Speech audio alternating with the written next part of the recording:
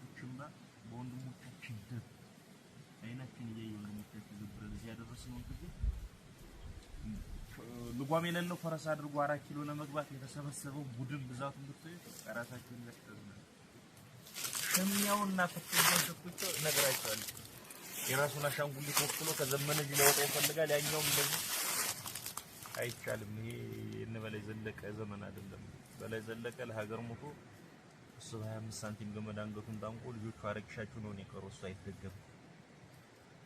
ይሄን ዘመነ እንጂ በላይ ዘለቀ ዘመን አይደለም። ጂል የለም። የትውልድ ታግሏል። ትግሉን እዚህ ያደርሰዋል። ጠላቱን ያሸንፋል። ስልጣኑን ይወስዳል። ብናንስ ከናብይ ያናንስ ብናንስ ከቀበሌ ጀምሮ እስከ ሚኒስተር ደረጃ መከራ ሲያበሉን ከኖር ሰዎች ሚያንስ አቅም የለንም። ህዝባችን ታግለንለታል። እኛን መረዋለን ነው እያልን ያለነው። የለም ታግላችኋል፣ ሞታችኋል፣ እናመሰግናለን፣ ግን ስልጣኑን አምጡት ሚል 20 30 ቡድን ነው ተቆልቁሎ መከራ እያበላን ያለው። እኔ ቀዩንን የጥቁሩን በሬ ታሪክ ታውቁታላችሁ። ጅብያ እናጠለ ይበላችሁ እንደዛ። ስለዚህ ካለመናገር ደጃዝማችነት ነው የሚቀረው። ድሮ አሁን ብዙ ነገር ስለሚቀር ተነጋገሩ ቁጭ ብላችሁ። በትንንሽ ስነ ስርዓት ጉድለቶች ጉዳይ እንጣላለን። ነገ ታንኩም ባንኩም የኛ ይሆናል። ቁጥብን ያነሳው ደሞ ኮኩ ወያላ ምን ብለን እነዛ ስልጣን ላይ የነበሩ ሰዎች ማመንና መዋጣቅቷቸው ጎምዛዘውን ነገር ነው እንጂ የተወለድክበትን ቀበሌ ማስተዳደር ድል አገኘህ ማለት እኮ መንግስት ወንክ ማለት ነው። እዚህ በላይ ምንስ መታደላል? ሌሎች 20 እና 30 ዓመት ታገለው የደረሱበትን በአንድ አመት ውስጥ ነው የደረሰው። እግዚአብሔር አግዙ እንዳላችሁ ማርያም አግዛ። ስለዚህ ተነጋገሩ፣ ተመካከሩ። መመካከር ልመዱ። እኔ የማደርገው እንደዛ ነው። እንግዲህ ከአሳመርኩትም አላሳመርኩትም ከ22 ዓመት ጀምሮ ኃላፊነትን አውቀዋለሁ።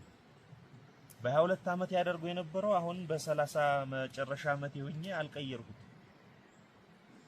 ያኔም በልጅነት ልክ ነበር ሳደርግ የነበር። ዛሬም ሲገባ እድሜም ጨምሮ ንባቤም ጨምሮ ሳይሆን የምትማሩበት መንፈስ ያቻ መንፈስ ይሁን።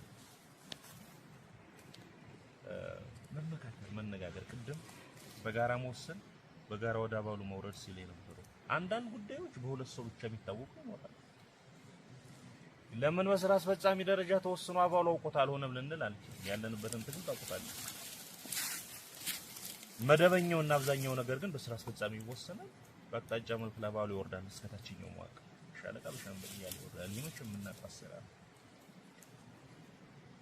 ስለዚህ እንደ ወንድም እንዳቻ ነው መዘራት ያለበት በአመራር መካከል መንፈስ ብዬ ነው የማምነው። አሁን የሆነ ነገር ከፈለኩ ይሄ እናስረስ እነዝናቡ ምናምን የምትሏቸውን የስራ አስፈጻሚ የሚባለው አጠገብ ያሉትን እርሱ የሆነ አባል ልትጠይቅ ልታገኝ ትችላለች። ምን ብናደርግ ይሻላል ብዬ ማለት ነው። ይሄ ማነስ አይደለም። መሪ መሆን ማለት ሁሉንም ማወቅ ማለትም አይደለም። የሚያማክር ከሆነ ጎዳና ላይ ያለ አንድ ህፃንን ጠይቅ። የሚረባ ነገር ከነገረ አመሰግናለሁ ለካሂም አለ ብለህ ይዘመሃል። የኛ ሀገር ትልቁ በሽታ እንደምታውቁት ብዙ ጊዜ ክላሽ የሚዘን ስለሆነ 4 ኪሎ ምን ደርሰው ክላሽ ሲኖር ዛሬ ዘሩ ወንበር ላይ ተቀመጥ ሁሉ ነገር ማቂ መስል ትልቁ ድንቁርና ዛሬ ነው የሚጀምረው። እና አብይ አህመድ የአዲስ አበባ ዩኒቨርሲቲ ታሪክ ምሁራንን ሰብስቦ ታሪክ ሲያስተምራችሁ ታገኛላችሁ። እንዲሁም ቤት ነው ታሪክ ቢያንስ በትምህርት ቤት አልተማረ ማን ሆነ ነው የትምህርት ቤት ፕሮፌሰሮችን የዩኒቨርሲቲ ፕሮፌሰሮችን የምታስተምር ስትለው ጠቅላይ ሚኒስትር ስለሆኑ ሊል ይችላል። ጠቅላይ ሚኒስትር መሆን ማለት ሁሉም ማወቅ ማለት አይደለም። 40 እና 50 አማካሪ የሚቀመጥልህ በየዘርፉ ለዛ ነው። አንድ ሰው ነህ አንድ ነገር አጥብቀህ ልታቅ ትችላለህ በዘርፍ ምናልባት ጎበዝ ከሆንክ 2-3 ነገር ላይ ትንሽ ግንዛቤ ሊኖር ይችላል። በኢኮኖሚውም በማህበራዊውም በፖለቲካውም በወታደራዊ መስክ ሁሉንም ማከመሰለ ያለማችን ኩልል ያለ ደንቆሮ አንተን አይቻል። ስለዚህ ሁሌ በራስ መተማመን ግን ከሰዎች ለመማር ራስ ማዘጋጀት ያስፈልጋል። ሰው ከምንድነው ታንቀልባ እስከ ሬሳ ሳጥን ድረስ ነው የሚማረው ይላሉ አረቦች። እውነታቸው ነው። ከደም ጨቅላነት እስክትሞት ትማራለህ። ሙሉ ሆነ አይደለም የምትኖረው። ተፈጥሯችን ክፍት ነው፣ አይሞላም። ራስን ካዘጋጀው ትህትና ካለ ትማራለህ። ብዙ ጊዜ ለፈልፋለሁ ነው በየመድረኩ ልዩ አድርጎ ነው እግዚአብሔር የፈጠረን ሲፈጥር ከአዳምና ሔዋን በኋላ እስከ አሁን እናንተ እስከምናወራበት ብርሃን የሚመስል ሰው አልተፈጠረም። እስከ ምጽአት አይፈጠርም። ሁላችንም የሚመስል ሰው አልተፈጠረም፣ አይፈጠርም። በመልካችን ልዩ እንደሆነ ነው ቢያንስ ባን ተሰጥቶ ልዩ አድርጎ ነው የሚፈጥረን። ብልጥና ብልክ ከሆነ ብርሃን ከኔ በመልክ እንደሚለየው ቢያንስ ከኔ ባንድ ነገር ይሻላል ማለት ነው ብዬ ከሱ ልማር መዘጋጀት አለኝ። ዘመነ ከኔ በመልክ እንደሚለየው ቢያንስ ከኔ ባንድ ነገር ይበልጣል ብሎ ወይም አንድ የተለየ ነገር አለ ብሎ ለመመረዝ ዝግጁ መሆን አለበት። ሁሉን ምናቅ የመሰለለት በጀርባችን ሳይሆን በግንባራችን የወደቀው አይቻልም ማለት ለመማር ራሳችን ማዘጋጀት አለብን። ስለዚህ ስንመራ ይሄን እንዴት እናድርገው ብለን ምን ይሻላል ብለን ማለት ምን ማለት መማማር እንዴት እናድርገው ብለን ይሄ ነገር አንተ ያላየውን አንግል ከጎን ያለው ሌላ አመራር ጓደኛ የሚመራህም ይሁን የምትመራውም ይሁን የተሻለ ነገር ነው። ይሄም አለ እንዴ አንተ በዚህ ክሳላ ይወጣ ነበር እኔ እንዲያ ነው ባይዘው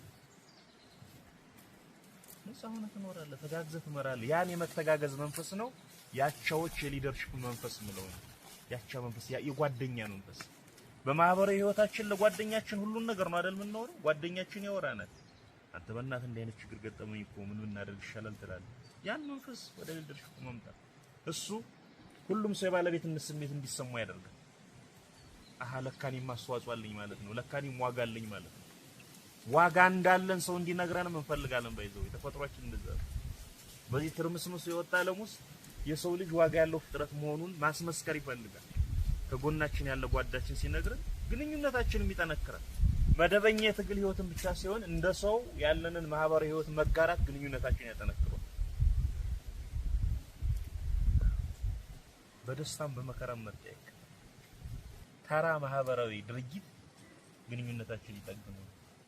ጥቃቅን ተራ የሚመስሉ ነገሮች ግን ህይወታችን መስተጋብራችን የሚያጠነክሩ እንደ መሪ ያለንን ግንኙነት የሚያጎለብቱ ነገሮች ስለሆኑ በዋዛ አትያቸው። ማህበራዊ ህይወታችሁን በጋራ አድርጉት። በጋራ ማታቆሱ ብቻ ሳይሆን በጋራ ህዝብ መምራቱ ብቻ ሳይሆን ስለዚህ መመካከር ይልመድባችሁ። ስትወስኑ በጋራ መወሰን ያለባቸው ጉዳዮች በጋራ ወስኑ። አባሉን አያያዝ በተመለከተ ሁለት አጣብቂኝ ያለ እንግዲህ በእኛ ትግል ውስጥ በአንድ በኩል በቁጥር የሚታወቁ ደሞዝ የሚከፈላቸው 100 ወይ 1000 ወይ 1 ሚሊዮን የምትላቸው ካምፕስ የሚኖሩ ሰዎች አይደለም። የህዝብ ትግል ነው። ህዝብ ከጀርባ አለ። በጎ ፈቃደኛ ታጋይ ነው። ስለዚህ ለትግል ምቹ ሁኔታ ፈጥረ ለዓላማውን ነግረ ለዓላማው ታማኝ ሆኖ እንዲታገል ማድረግ ይጠበቃል። በሌላ በኩል ደግሞ መሳሪያ ነሳ ትግል ነውና በተወሰነ ደረጃ አድርግ አታድርግ ማለትም ይኖርባል። መሃሏን ፈልጎ ባላንስ አድርጎ መውሰድ ነው የመሪውን ጥንካሬ የሚፈትነው በእኛ ትግል ውስጥ።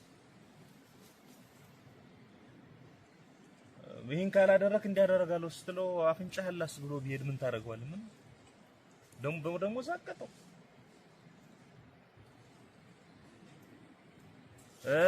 ደግሞ ዝሩ ልታረጋው አትችልም። አትበትነው። ትግሉ በሚፈልገው ልክ ዲሲፕሊን እንዲሆን ትግሉ በሚፈልገው ልክ ስነ ስርዓት፣ ደንብ፣ መመሪያ ክብሮ እንዴት ደግሞ ትፈልጋለህ? አቻችሎ መምራት ይጠይቃል። እንደተባለው የምንመራቸው ልጆች አይን ፊት ዝምቱ ስሚጥል ነገር ባናደርግ ጥሩ ነው። በላይ ዘለቀን ለምን እንደመረጡ ታውቃላችሁ? እንግዲህ በእድሜ ልጅ ነው ያኔ የጦር መሪ ተደርጎ ሲመረጥ ሲሰቀል እንኳን እድሜው 33 ነው የነበረው። አዲስ አበባ ሰዎች ሰሉ እና አይን ያልመራም እነ ጋሸገል ያሉ በእድሜ ትልቆች ምናምን ሲል አንተ ምራን ምክንያት ያደረገው ሰው ከታዘበው ነው። ባህሪ ቅድም ሲነሳ ነበር። ምግብ እንኳን ሌላው ከበላ በኋላ ለመብላት የሚፈልገው ዝንባሌው እንደዛ ነው። ሌሎችን የመንከባከብ ለጥቅም ላይ ሌሎችን ነው እንጂ የሚያስቀድም ራሱን ያለ ማስቀደም ባህሪ ያዩ ስለነበር ነው ምራን ያሉ። በትክክልም ለይተውታል። መራጭ እና አባል ስንይዝ ጥንቃቄ ማድረግ ያስፈልጋል። ከምንም በላይ እንደፈለገን ሸፋፍነው እንችላለን እንጂ ትህትና ከሌለ፣ ሰው አክባሪነት ከሌለ፣ ሰው የሚሸት ነገር ከሌለ በዚህ ሙሉ ገደንብ ብታወጣ በዚህ ሙሉ የቅጣት ደንብ ብታዘጋጅ አይሰራም። በሰዎች መካከል ያለው ግንኙነት 95% ከቃላት ውጭ የሚደረግ ነው ይባላል ነው 99% ባይሆን ዓለሜ ጋሻዬ ወንድሜ እህቴ ዓለሜ ከምትባባለው ይልቅ መንፈስ ይናበባል። ላንተ ያልሆነን ሰው ባይነግርህም ታውቀዋለህ። ሰው ካንተ ሲርቅ እኮ ባይነግርህም ታውቀዋለህ። መጥፎ ድርጊታችን የሆነን ሰው ሲገፋው ታውቀዋለህ። አሃ ብሎ ራስን ማረምና መንፈስን አስተካክሎ ምን መራውን ሰው መያዝ ይጠይቃል። ህዝብን በተመለከተም በተመሳሳይ አንደኛ በዓለም ላይ ያሉ አቅሞችን ጨምሮ አሁን ሌተስት የሚባለው የውጊያ ቴክኖሎጂ ድሮን ነው አይደል? ዘመናዊው ዓለም የደረሰበት የውጊያ ቴክኖሎጂ ድሮን ነው። ከድሮን እስከ 70 80 እና 90 ምናልባትም ከዛ በላይ አመት የሆናቸው መሳሪያዎች ድረስ ህዝባችን ላይ የተተገበረ ነው። እያለቀ ነው። ህዝብ በቻሉት መጠን እየገደሉት ነው ያለ ይሄን ጠላት አቅሙን አሰባስቦ እየገደለ ያለ ህዝብ በስተት እንኳን በስተት ለአንድ ቀን ልናስከፋው አይገባም። በስተት እንኳን በፍጹም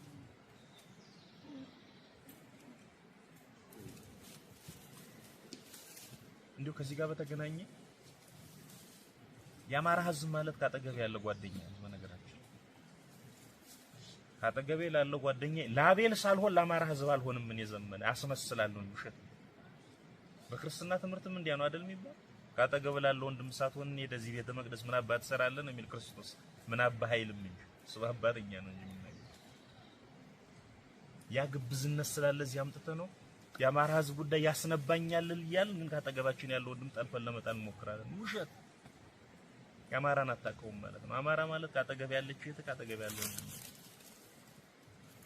ስለዚህ ጠላት ያቅሙን ያጎሳቆለው ያለና እየገደለው ያለው ህዝብ በስተት ለአንድ ቀን እንኳን ማስቀየም አያስፈልግም።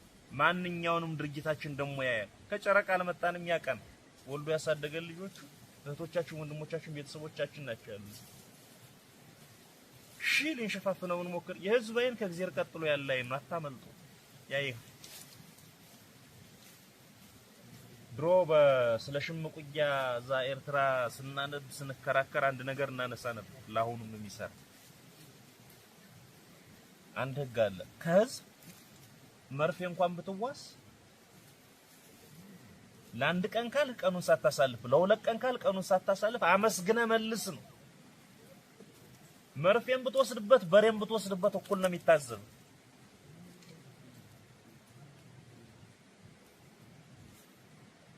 ህዝብ ሲታዘብ ህዝብ ሲሸሽ ጫካው ነው የሚሸሽ፣ ባህሩ ነው የሚሸሽ፣ መደበቂያ ነው የሚሸሽ።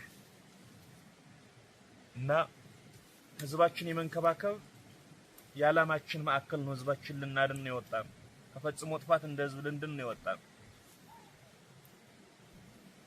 የሞራል ግዴታ አለብን። ዓላማችን ያስገድደናል። በጣም በጥንቃቄ ህዝባችን መንከባከብና መያዝ ያስፈልጋል። አለዚያ ይታዘባል። አይ ውሻን ሲጨቀበሮ ገዛው አሉ። ደግሞ እነዚህ ዝሙሽ መጥቶ ነው የፖለቲካ ሞት ማለት እሱ። ያን ቀን ብንጠመቅም ብንታከም አንድ ነው ሞት እና ጥንቃቄ ማድረግ ያስፈልጋል። ደንቦች ምኖች ይኖራሉ። አሁን በዚህ ክፍለ ጦር ስብሰባ የሚሰጡ ብዙ አቅጣጫዎች የሚታደሉ ብዙ መመሪያዎች አሉ። እነሱ ያግዟል። ሰው ሲያጠፋ ምንድነው የምታደርጉት? የዚህ ከፋይናንስ ጋር ምናምን ያነሳችሁ ቢያንስ ድርጅታችን የሚተገብረው የፋይናንስ አሰራር ደንብ ተግብሩ። ገንዘብ መጥፎ ነው። አንድ ሰው ከወንድሙ ሳይሆን አንድ ሰው ከሁለት የመክፈል አቅም አለ። መጥፎ ጌታ ነው ገንዘብ። 10 ብር ምንም አያደርግም አይደል? ምንም አይገዛልህም፣ ግን ወንድምህን እንድትታዘብ ሊያደርግ ይችላል። በወጪ ገቢ ድርጅታችን በሚያደርገው መሰረት እሱን አድርጉ። በተረፈ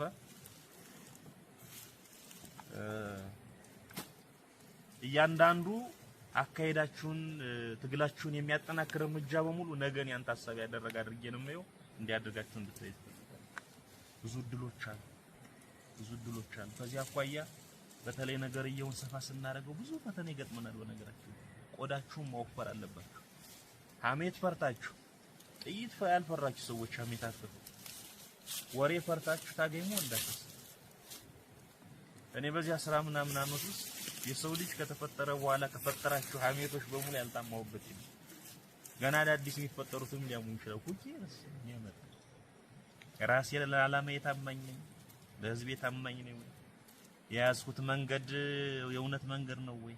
ቢያንስ ትንሽ ፈጣሪን እየፈራው ነው ወይ የሚለው ነው እንጂ ዓለም ተሰብስቦ ለምን መፈክር ይዞ ወጥቶ ዘመነን አይሰድም። ምክንያቱም ዓላማ የእውነት እንደሆነ ስለምን ዛት ሰው እየፈጠረና ሰው እየፈጠረ ታሪክ ደግሞ እንደዛ ነው። እኔንም እናንተንም ከየጥጉ ሰብስቦ በራሱ ቀመር ለሆነ ዓላማ አገናኝቶናል። እግዚአብሔር አግዞን ትግሉን እዚህ አድርሰናል። የቀረን መጨረስ እንድንጨርስ ለዛም ይሁን ባህል፣ ለዛም ይሁን አደረጃጀት፣ ለዛም ይሁን ዲሲፕሊን ያስፈልገናል እና ጽናት እና ሁሌ ተስፋ ማድረግ፣ ሁሌ ማመን ያስፈልጋል። ድሮ እኮ በእርግጠኝነት እናሸንፋለን ስንል 10 የታጠቀ ክላሽ እንኳን ሳይኖር አንድ እግር ክላሽ ይዘን ነበር ምን ፎክር አይደለ እናሸንፋለን ወፈፊዎች ሁሉ አልነበርንም። የወፈፉ እነሱ ናቸው እንጂ እኛ ያ ውስጣችን ያለው እሳት ያስጮን እንደነበር አሁን እናቢ ብቻ ሳይሆን ዓለም ተረድቷል። ዓለም በየቀኑ ቢያንስ አንዴ ስለፋኑ ይጽፍ